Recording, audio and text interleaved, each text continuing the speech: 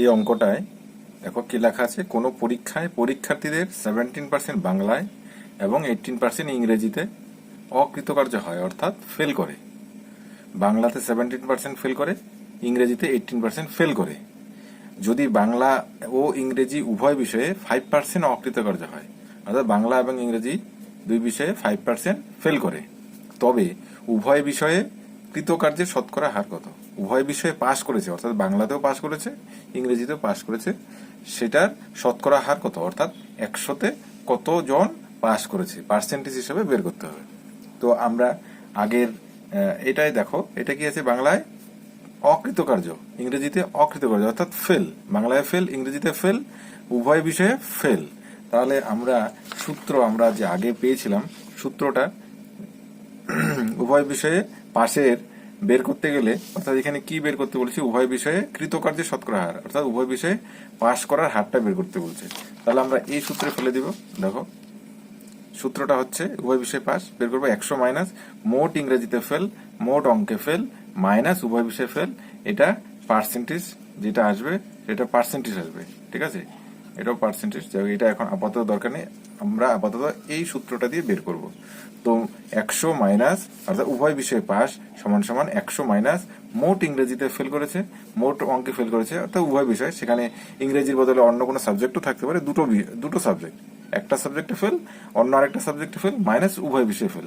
ঠিক আছে, এইটা এই সূত্রের মধ্যে ফেলে দিয়ে আমরা অঙ্কের আনসারটা বের করছি। দেখো তাহলে আমরা কি জানি, উভয় বিষয়ে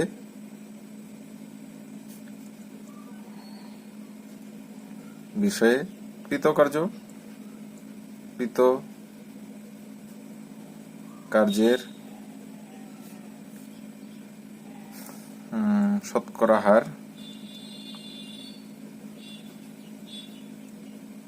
শতকরা হার সমান সমান কি হবে, 100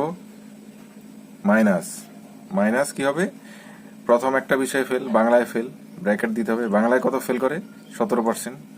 ঠিক আছে, 17 প্লাস ইংরেজিতে কত ফেল করে, 18 লিখে দিলাম, মাইনাস উভয় বিষয় ফেল, বাংলা উভয় বিষয় ফেল করে 5।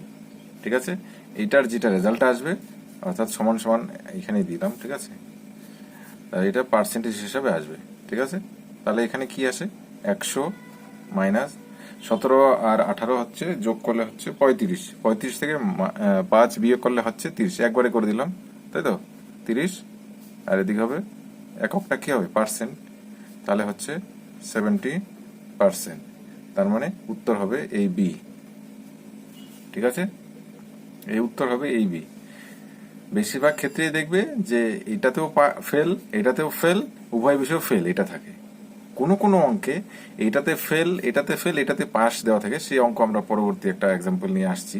ঠিক আছে, আপাতত এটা প্রথম সিম্পলের মধ্যে শিখে নাও, এটাতেও ফেল থাকবে, এটাতেও ফেল থাকবে, এটা উভয় বিষয়েও ফেল থাকবে, তাহলে উভয় বিষয়ে পাশেরটা বের করতে পারবে। আর এটার অপোজিটটা হয় কি, যে এটাতেও পাস, এটাতেও এই সাবজেক্টও পাস, উভয় বিষয়ে পাস, তাহলে উভয় বিষয়ে কতজন ফেল করেছে সেটাও একটা অঙ্ক থাকে। ঠিক এটার অপোজিট আমরা আস্তে আস্তে এক্সাম্পল গুলো নিয়ে আসছি, দেখতে পাবে। ঠিক আছে, তো এইটা আশা করি বোঝা গেল, সিম্পলের মধ্যে দেখিয়ে নিলাম। ঠিক আছে, আস্তে আস্তে আমরা একটু অন্য ধরনের টাইপের মধ্যে যাব, কিন্তু এই প্রশ্নগুলো কিন্তু পরীক্ষায় বারবার কিন্তু আসে। ঠিক আছে।